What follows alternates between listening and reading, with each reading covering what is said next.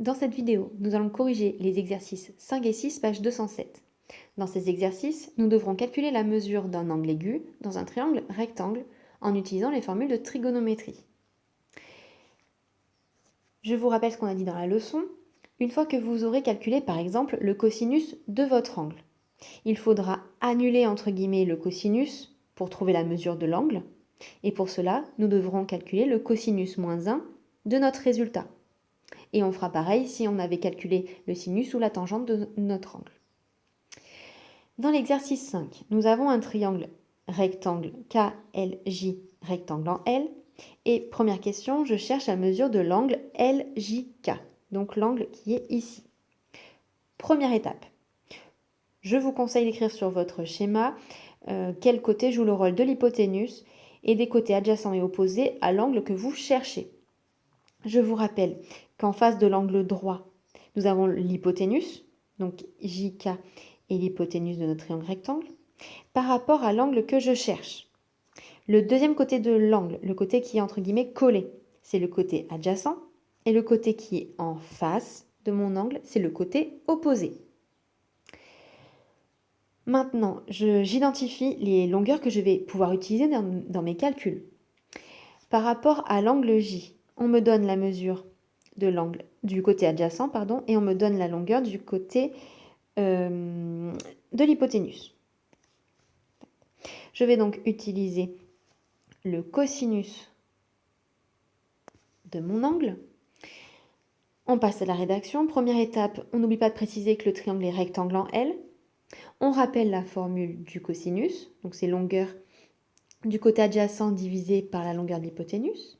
Puis on remplace par le nom des longueurs. Ensuite, on remplace par les mesures.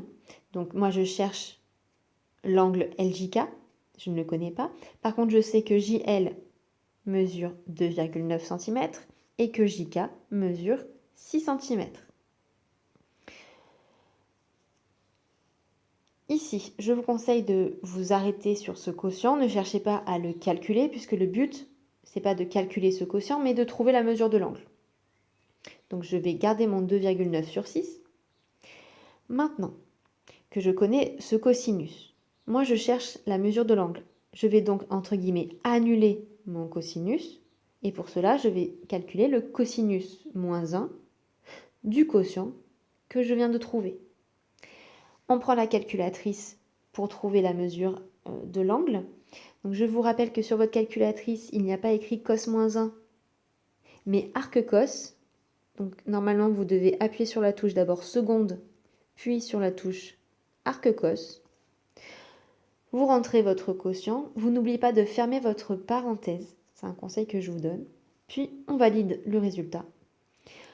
On me demande d'arrondir à l'unité, donc je trouve que l'angle mesure à peu près 61 degrés. Maintenant que j'ai trouvé cette mesure, je vous conseille de l'écrire sur votre schéma. Hop. Parce que ça va nous aider à répondre à la question B. Puisque question B, on me demande de trouver la mesure de l'angle JKL dans mon triangle. Et vous vous rappelez qu'on vous a dit en cinquième que dans un triangle, la somme des trois angles est 180 degrés. Et on vous a dit aussi que dans le triangle rectangle, la somme des deux angles aigus est 90 degrés. Parce que quand je vais additionner ces deux angles aigus qui font 90 degrés ensemble, plus le 90 degrés de l'angle droit, je trouve bien mes 180 degrés. Donc dans mon triangle, je sais que l'angle J et l'angle K, quand je les additionne, je trouve 90 degrés. Donc pour trouver l'angle K, je calcule 90 moins 61 et je trouve que c'est à peu près égal du coup à 29 degrés.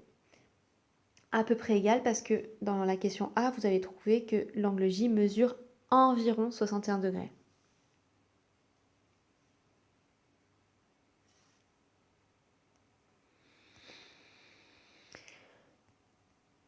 On va faire la même chose dans l'exercice 6. Donc vous avez un triangle TSC rectangle en S.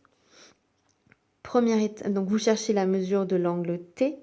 Première étape, vous écrivez sur votre schéma qui joue le rôle de l'hypoténuse du côté opposé du côté adjacent à l'angle. Donc je vous rappelle que le côté en face de l'angle droit, c'est l'hypoténuse. Par rapport à l'angle que je cherche, le deuxième côté de mon angle, le côté qui est entre guillemets collé, c'est le côté adjacent. Et le côté qui est en face, c'est le côté opposé. On regarde ensuite quelle longueur on va pouvoir utiliser pour nos calculs. Ici, je connais la longueur du côté opposé, je connais la longueur de l'hypoténuse. Je vais donc calculer le sinus de mon angle. On passe à la rédaction. Première étape, on rappelle que le triangle est rectangle en S. On donne la formule du sinus d'un angle, donc c'est la longueur du côté opposé divisée par la longueur de l'hypoténuse. Et ensuite, on remplace par le nom des longueurs.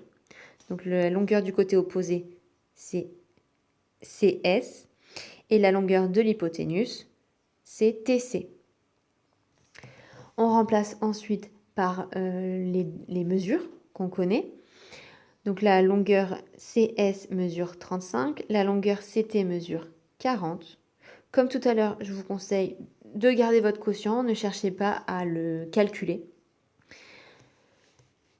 Maintenant que je connais mon sinus de l'angle, moi je cherche seulement la mesure de mon angle. Je vais donc, entre guillemets, annuler mon sinus en utilisant sinus moins 1.